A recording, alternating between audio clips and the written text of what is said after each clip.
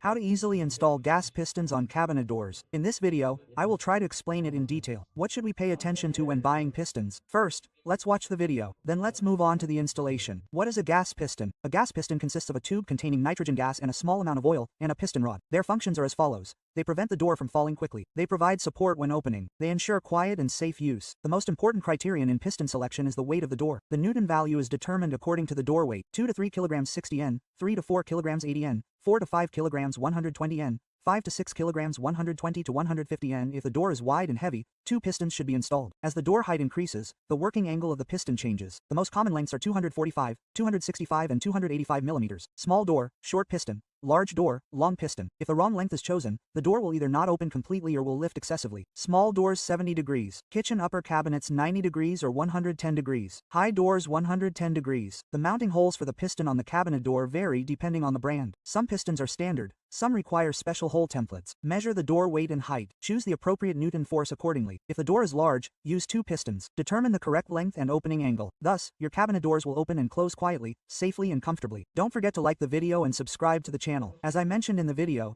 there are various types and sizes of gas pistons. I also want to mention the dimensions of the cabinet door we will be using here. 50 by 30. Our cabinet height is 27 centimeters. If your cabinet doors match these dimensions, I also want to tell you the piston size you should buy. You need to get a 27 centimeters piston. If you bought the piston from any store, it comes in a bag like this. There are some measurements here. First, you choose one of these diagrams according to the size of your cabinet. Our measurements match the second diagram, the one I've circled. The 25.5 centimeters mark should correspond to the top. This is an important detail. We mount the piston so that the bottom part of the piston is against the door. We measure the height of our cabinet. We mark 25 centimeters from here. The distance of this piece from this boundary should be 1 centimeter. That is, when we install it with the top screw facing upwards, the distance between this top screw and our damping area should be 1 centimeter. When this gap is 1 centimeter, it's a correct measurement. When you mark the screw holes with a pencil like this, you can easily screw them in. If you drill the places where the screws will be inserted with a sharp object, your screw won't slip to the left or right. We insert our second screw, making sure that the gap here is 1 centimeter. We will take the door measurement. Looking at the diagram, we see that it is 90 millimeters or 9 centimeters. We need to take the 9 centimeters measurement exactly according to the center of this piece. We mark 9 centimeters. Our screw hole should correspond to 3 centimeters. Let's mark it from here.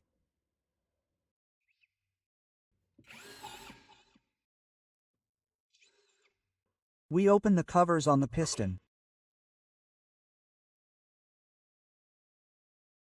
Let's say your piston breaks after a few months. You don't need to remove the connection points.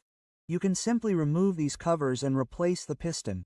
If you haven't made any mistakes, when you hold the piston, it will match the corresponding part exactly. Then I close the covers and finish the process. It turned out very well. As I said at the beginning, this piston has an advantage. When there is no piston on these types of doors, the load will be on the hinges. These hinges will break quickly. Also, their adjustments will frequently get messed up. Therefore, if you are using this type of door, especially doors that open downwards, you should definitely use a piston.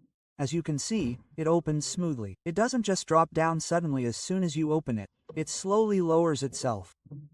There's a slight misalignment in the lid here. You can adjust the lid using the adjustment screws on the hinges here. I hope this video was helpful. I will install 3 more of these pistons. I don't want to show them in the video. Until we see each other in the next videos, you can support our channel by sharing the videos you watched here. Goodbye and take care.